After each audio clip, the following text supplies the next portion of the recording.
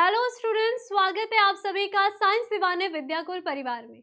मैं शालिनी, आपकी biology educator, आज आप सभी के लिए लेकर आई हूँ नीट पॉइंट ऑफ व्यू का एक इम्पॉर्टेंट टॉपिक जो कि है मानव कल्याण में सूक्ष्म जीव।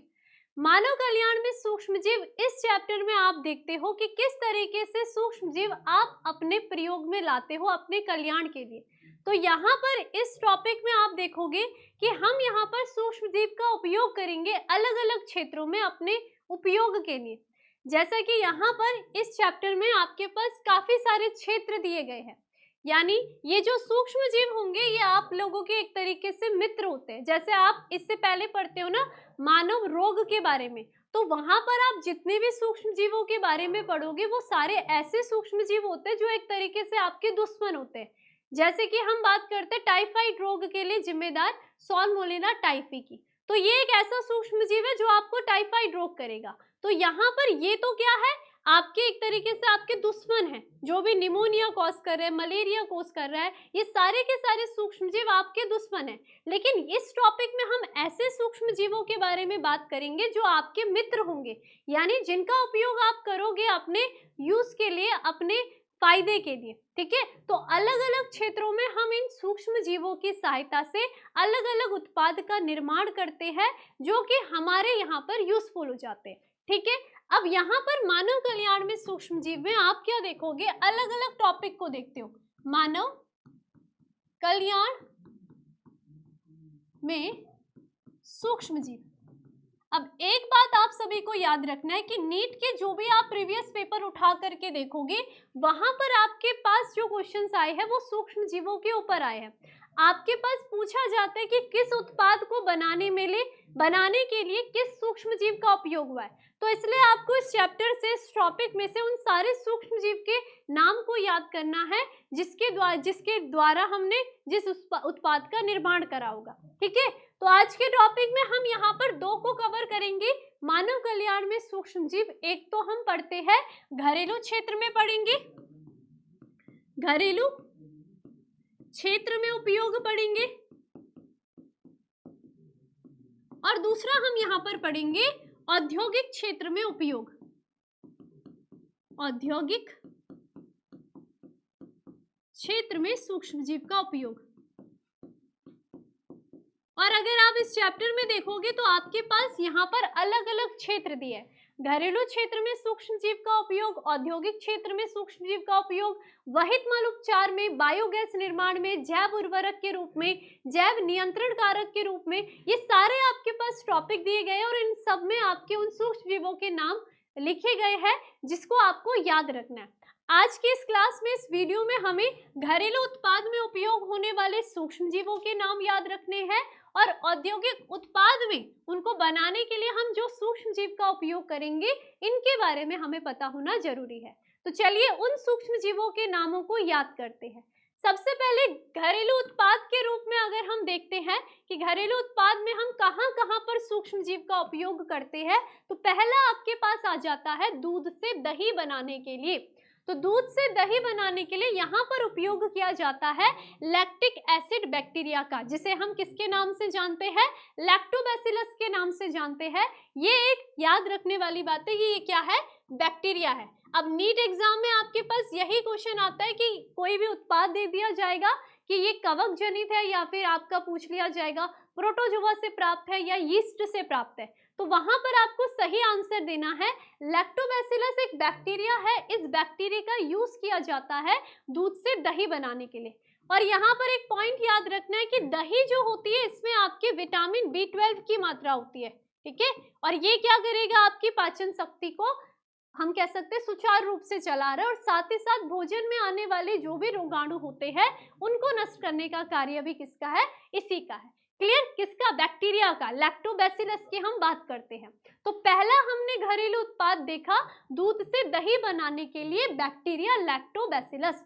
उसके बाद दूसरा अगर बात करते हैं हम यहाँ पर डोसा इडली की बात करते हैं, तो डोसा इडली को बनाने के लिए भी बैक्टीरिया का यूज किया जाता है। ठीक है, जब इसका आटा गूंदा जाएगा उस समय क्या किया जाएगा, एक बैक्टीरिया, ठीक है, बैक्टीरिया को डाल दिया जाता है जिसका नाम होगा आपका ल्यूकोनॉन्स्ट्रॉक। ठीक है, या तो ल्यूकोनॉन्स्ट्रॉक होता है या तो हम क्या देखेंगे, स्ट्रेप्टोकोकस फिकैलिस, ये क्या है आपका नाम है स्ट्रेप्टोकोकस फिकैलिस, जो कि क्या करेगा डोसा और इडली के आटे के लिए यूज किया जाता है। कॉन्सेप्ट क्लियर है? तो ये ध्यान रखना है, बच्चे बहुत कंफ्यूज होते हैं एक तो ब्रेड और डोसा इडली में। ब्रेड के लिए हम यीस्ट का उपयोग करेंगे, जबकि डोसा इडली के लिए करते हैं बैक्टीरिया का यूज। Concept clear? इसके बाद तीसरा जो घरेलू उत्पाद है वो आपका यही है ब्रेड। यहाँ पर ध्यान रखना है, ब्रेड के लिए ब्रेड बनाते समय जब आटा गूंदा जाता है तो उसमें उपयोग किया जाता है यीस्ट का, जिसका नाम है आपका सैकेरोमाइसिस सेरेविसी। ये सैकेरोमाइसिस सेरेविसी क्या करेगा, यहाँ पर इस ब्रेड से CO2 गैस को मुक्त करेगा, जिसके कारण आप देखते होंगे कि ब्रेड में आप जब पकेगा तो उसके बाद आप देखते हो उसमें छोटे छोटे छिद्र हो जाते हैं, तो वहां से क्या निकल रही है, CO2 गैस मुक्त हो रही है। क्लियर? तो यहाँ पर ब्रेड के लिए यूज किया जाएगा एक यीस्ट जिसका नाम है सैकेरोमाइसिस सेरेविसी। उसके बाद आ जाते हैं हम पनीर बनाने के लिए। ठीक है, या हम बात करते हैं किसकी, चीज की बात करते हैं। अब देखिए आपके पास दो प्रकार की चीज होती है, एक होती है यहाँ पर आपकी स्वीट चीज और दूसरी होगी आपकी रॉक्यूफोर्ट चीज। अब इन दोनों में अंतर पहले देख लेते हैं।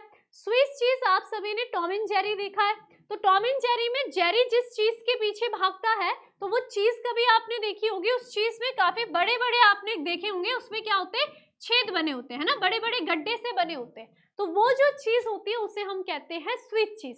और रॉक्यू फिरती चीज की अगर हम बात करते हैं तो ये रॉक्यू फिरती चीज ऐसी होगी जो कि कैसी कलर में होगी, येलोइश ग्रीन कलर में होगी। ठीक है, अब इनका यहाँ पर देखो मैंने कहा येलोइश ग्रीन कलर है, येलोइश ग्रीन कलर की अगर मैं बात कर रही हूँ तो इसका मतलब ये जो ग्रीन कलर आ रहा है ये इसमें कहीं ना कहीं इसमें उपस्थित कवक के द्वारा आ रहा है, कवक यानी कि यीस्ट के द्वारा आ रहा है। तो देखिए यहाँ पर ये जो रॉक्यू फिरती चीज होती है इसको बनाने के लिए भी कवक का यूज किया जाता है, जबकि अगर स्वीट चीज की बात करते हैं इसके लिए एक बैक्टीरिया का प्रयोग किया जाता है। ये किसके द्वारा बनाई जाती है, बैक्टीरिया के द्वारा बनाई जाती है, और जिसका नाम है आपका क्या, प्रोपियोनी बैक्टीरियम सेरमेनाई। तो ये नाम आपको ध्यान रखना है, स्वीट चीज बनाने के लिए बैक्टीरिया का यूज होता है, प्रोपियोनी बैक्टीरियम सेरमेनाई का। और जबकि रॉक्यू फिरती चीज की बात करते हैं तो ये रॉक्यू फिरती चीज जैसा कि मैंने कहा ये किससे प्राप्त हो रही है, आपकी यीस्ट से। इसको बनाने के लिए यीस्ट का प्रयोग किया जाता है, इसलिए इसमें कलर आपका येलोइश ग्रीन आपका देखने के लिए मिलेगा। और इसमें जो कवक उपयोग किया जाता है वो आपका क्या है, पेनिसिलियम रॉक्यू फिरती है। ठीक है, तो नाम से पता चल रहा है रॉक्यूफोर्ट चीज यानी कि रॉक्यू फिरती, कौन सा कवक, पेनिसिलियम रॉक्यू फिरती, इसमें कवक का उपयोग किया जाएगा। तो आपने देखा कि हमने घरेलू उत्पाद में किस तरीके से सूक्ष्म जीव के द्वारा उनका निर्माण किया। कौन कौन से, दूध से दही बनाने के लिए, इडली डोसा बनाने के लिए, दूध से दही बनाने के लिए बैक्टीरिया का, इडली डोसा के लिए आपने बैक्टीरिया का यूज करा, ब्रेड बनाने के लिए कवक का यूज करते हैं, और यहाँ पर आपकी जो आ जाती है स्वीट चीज के लिए बैक्टीरिया का उपयोग, और आपकी जो रॉक्यू फिरती चीज की बात करते हैं इसके लिए आप एक कवक का यूज करते हो। तो ये तो रहे आपके घरेलू क्षेत्र में सूक्ष्म जीवों का उपयोग। अब बात करते हैं दूसरा जो आ जाता है वो आ जाएगा आपका क्या, औद्योगिक उत्पादों में सूक्ष्म जीव का उपयोग किस प्रकार से किया जाता है। औद्योगिक उत्पाद में सबसे पहले आपका किण्वित पेय पदार्थ आ जाता है, और इस किण्वित पेय पदार्थ में हम यहाँ पर इसको बनाने के लिए यूज करते हैं एक यीस्ट का। ठीक है, और वो ये जो यीस्ट है ये सेम वही है जिसका उपयोग हमने ब्रेड बनाने के लिए करा, यानी कि इसका नाम आपका सैकेरोमाइसिस सेरेविसी है। ठीक है, और इसके द्वारा हम क्या बनाएंगे, यहाँ पर इथेनॉल को बनाते हैं। ठीक है, ये क्या है, इथेनॉल को बनाते हैं। तो जब सड़े गले आप जो भी फलों को लेंगे उसमें आप क्या मिलाते हो, यहाँ पर सैकेरोमाइसिस सेरेविसी को बनाओगे तो ये क्या मिलेगा आपको, इथेनॉल मिलेगा। और ये कार्य सारा कहाँ हो गया, औद्योगिक स्तर पर होगा, तो जिसके कारण आपको क्या मिलेगा, इथेनॉल मिलेगा। कॉन्सेप्ट क्लियर है? ठीक है, उसके बाद बात करते हैं कि जो दूसरा है, दूसरा यहाँ पर हम कुछ दवाइयों का उपयोग भी करते हैं। औद्योगिक क्षेत्र में आप दवाइयां भी बनाते हैं, उसमें भी सूक्ष्म जीव का उपयोग करते हैं। एक आप सभी को याद होगी प्रतिजैविक, एंटीबायोटिक की बात करते हैं, तो ये जो एंटीबायोटिक बनाई जाती है, ठीक है, ये किसके लिए बनाई जाएगी, ये जो बनाई जाती है ये एक सूक्ष्म जीव कवक के द्वारा बनाई जाती है, और वो जो कवक होगा उसका नाम है पेनिसिलियम नोटेटम। ये आपको ध्यान रखना है कि ये जो प्रतिजैविक है इसका यहाँ पर इसको बनाने के लिए कवक पेनिसिलियम नोटेटम का उपयोग किया जाता है, और इसकी सबसे पहले खोज की थी आपके वैज्ञानिक अलेक्जेंडर ने,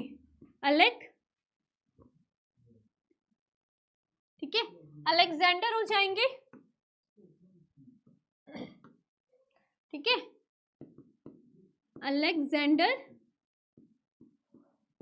फ्लेमिंग। तो इन्होंने सबसे पहले किसकी खोज करी थी? आपके पेनिसिलियम नोटेटम की खोज की थी अपने प्रयोग के दौरान, और बाद में यहाँ पर इसके द्वारा क्या बनाई गई थी? प्रतिजैविक बनाई गई थी। क्लियर? क्लियर बात हो गई, ठीक है। उसके अलावा हम यहाँ पर देखते हैं कि विभिन्न प्रकार के उद्योग में जो भी रसायन होते हैं, एंजाइम्स होते हैं और जैव रासायनिक अणु होते हैं या जैव सक्रिय अणु होते हैं, इनको बनाने के लिए भी आपका किसका उपयोग किया जाता है? सूक्ष्म जीवों का उपयोग होता है। जैसे कि विभिन्न प्रकार के रसायन आपको दिए गए हैं, रसायन यानी कि कुछ अम्ल की भी हम बात करते हैं, सिट्रिक अम्ल की बात करेंगे, एसिटिक अम्ल की बात करेंगे, लैक्टिक अम्ल की बात करेंगे। इन तीनों का उत्पादन किया जाएगा उद्योग में, और इनके उत्पादन में किया जाता है सूक्ष्म जीव का प्रयोग। जैसे कि सिट्रिक अम्ल में यहाँ पर उपयोग किया जाता है कवक का। ये बहुत ज्यादा इंपॉर्टेंट है, आपके पास कुछ अम्ल के नाम दिए जाएंगे और ये पूछ लिया जाएगा कि ये बैक्टीरिया से प्राप्त किया जाता है, यीस्ट से प्राप्त किया जाएगा, प्रोटोजोआ से प्राप्त किया जाएगा, या किससे प्राप्त किया जा रहा है। तो आपके एकदम क्लियर आंसर रहना चाहिए कि ये जैसे कि सिट्रिक अम्ल अगर पूछ लिया गया तो ये किससे प्राप्त किया जाएगा? कवक से प्राप्त किया जाता है, ठीक है। और उस कवक का नाम आपको याद रखना है, जो कि क्या है? Aspergillus Niger. तो एस्परजिलस नाइगर एक कवक है जिसके द्वारा सिट्रिक अम्ल को औद्योगिक स्तर पर बनाया जाएगा। उसके बाद दूसरी हम बात करते हैं एसिटिक अम्ल की। तो एसिटिक अम्ल जो होता है वो एक जीवाणु से प्राप्त किया जाता है, ये भी ध्यान रखना है, जीवाणु से बनाया जाता है। यानी कि जब एसिटिक अम्ल औद्योगिक स्तर पर बनेगा तो इसमें एक जीवाणु यूज किया जाता है जिसका नाम है एसिटोबैक्टर एसिटाई, ठीक है। तो ये जीवाणु के द्वारा आपका क्या बनेगा? एसिटिक अम्ल बनेगा। और अगर बात करते हैं लैक्टिक अम्ल की, तो आप सभी को पता है कि इसको किसके द्वारा बनाया जाएगा? लैक्टोबैसिलस जीवाणु के द्वारा। तो ये तीनों के तीनों आपके लिए इंपॉर्टेंट है कि किस तरीके से औद्योगिक स्तर पर या औद्योगिक उत्पाद में हम किसका उपयोग कर रहे हैं? सूक्ष्म जीव का उपयोग कर रहे हैं विभिन्न प्रकार के अम्लों को बनाने के लिए। क्लियर बात हो गई। इसके बाद हम एंजाइम्स की बात करते हैं। अब एंजाइम्स में आपके पास दो एंजाइम्स दिए गए हैं, एक आपका होता है एक तो हो जाएगा पैक्टिनेजिन, ठीक है, और दूसरा हो जाता है प्रोटोएजिन। अगर प्रोटीएजिन की बात करते हैं, इनका उपयोग हम करते हैं जो भी आपके बोतल में रस वाले, जो भी जैसे जूस की बात करते हैं, जैम वगैरह की बात करते हो, तो इसमें इनको स्वच्छ और साफ रखने के लिए हम पैक्टिनेजिन या फिर आपका प्रोटीएजिन का उपयोग करते हैं। क्लियर? तो ये आपने ध्यान रखना है, ये आपका आ जाएगा किसी एंजाइम्स में आ जाएगा। औद्योगिक स्तर में हम क्या बना रहे हैं? एंजाइम्स को बना रहे हैं। अब आ जाते हैं तीसरा, जो कि आपके आ जाएंगे किसमें? जैव सक्रिय अणु में।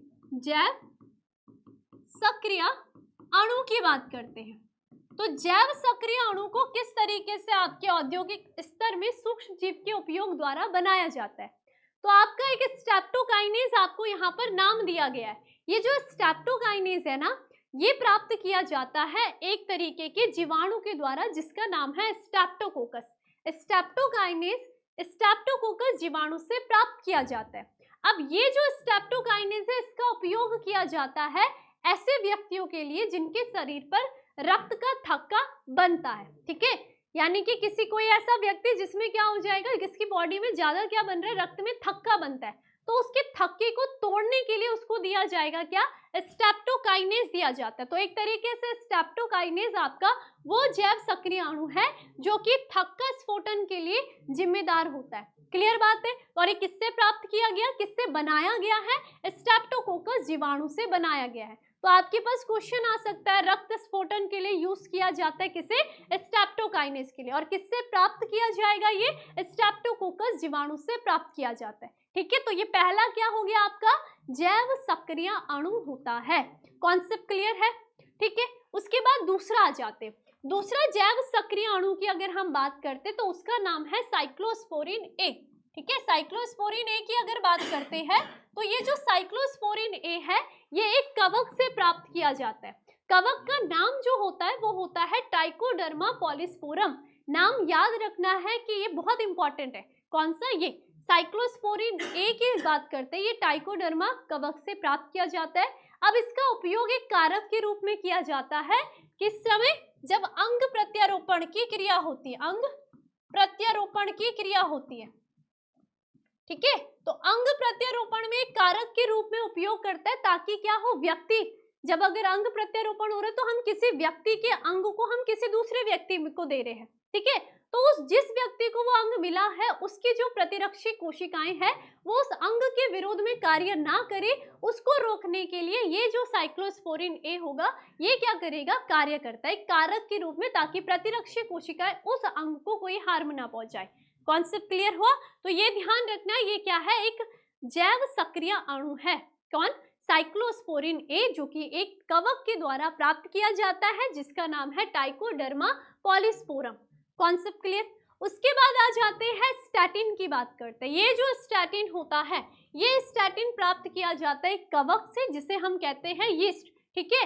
और इसका जो यहाँ पर यीस्ट का नाम है वो है आपका मोनास्कम परप्यूरियस, ठीक है, मोनास्कम परप्यूरियस, ये याद रखना है आपने नाम। यीस्ट होता है, स्टैटिन प्राप्त किया जाएगा, तो ये किसको, ये व्यक्ति के शरीर में या ये व्यक्ति को दिया जाएगा स्टैटिन, क्या, किसके लिए, रक्त कोलेस्ट्रॉल को कम करने के लिए दिया जाने वाला कारक है। तो स्टैटिन के प्रयोग के द्वारा स्टैटिन दिया जाएगा जिस व्यक्ति को, कैसे व्यक्ति होंगे, जिसका रक्त कोलेस्ट्रॉल बढ़ गया होगा, तो उसके कोलेस्ट्रॉल लेवल को कम करने के लिए उसको क्या दिया जाएगा, स्टैटिन दिया जाएगा। तो ये भी एक क्या है, तीसरा जैव सक्रिय अणु होता है। तो मुझे लगता है कि आपको क्लियर हो गए होंगे। घरेलू उत्पाद में सूक्ष्म जीव में दूध से दही, डोसा से इडली, ब्रेड बनाने के लिए, स्विस चीज और रॉक्यू फिरती चीज बनाने के लिए हमने उपयोग करे विभिन्न प्रकार के सूक्ष्म जीवों का। औद्योगिक उत्पाद में एथेनॉल का प्रयोग करा आपने, प्रतिजैविक बनाने में सूक्ष्म जीव का उपयोग करा, विभिन्न प्रकार के रसायन, अम्ल, एंजाइम्स और जैव सक्रिय अणु बनाने के लिए भी आपने क्या करा, यहाँ पर विभिन्न प्रकार के सूक्ष्म जीव का नाम याद करा, ठीक है। यानी कि इनका उपयोग किया जाता है इन उत्पादों को बनाने के लिए। और यहाँ से क्वेश्चन आपके नीट एग्जाम में ऐसे ही उठेंगे कि कौन से सूक्ष्म जीव से क्या उत्पाद प्राप्त किया आपने, तो आपको ये सूक्ष्म जीव के नाम और उनसे कौन सा उत्पाद बनाया गया ये पता होना चाहिए, और वो सूक्ष्म जीव एक जीवाणु है या कवक है ये बारे में आपको पता होना जरूरी है। तो आज ही इसको अच्छे तरीके से याद कर लीजिए, और आप क्या कर सकते हैं, एक वन शॉट के रूप में, है ना, एक शॉर्ट नोट्स के रूप में अगर बात करेंगे तो आप एक पेज में ही इन सूक्ष्म जीवों के नाम लिख करके अच्छे से याद करें, ताकि एग्जाम से एक दिन पहले आप एक ही बार उस पेज को देखो तो आपके दिमाग में सारे सूक्ष्म जीव बैठ जाए। क्लियर बात है? तो मुझे लगता है क्लियर हो गया होगा। इसके बाद भी आप सभी को पता है कि यहाँ पर अन्य क्षेत्रों में भी सूक्ष्म जीव का उपयोग किया जाता है। तो आज के लिए इतना ही, धन्यवाद।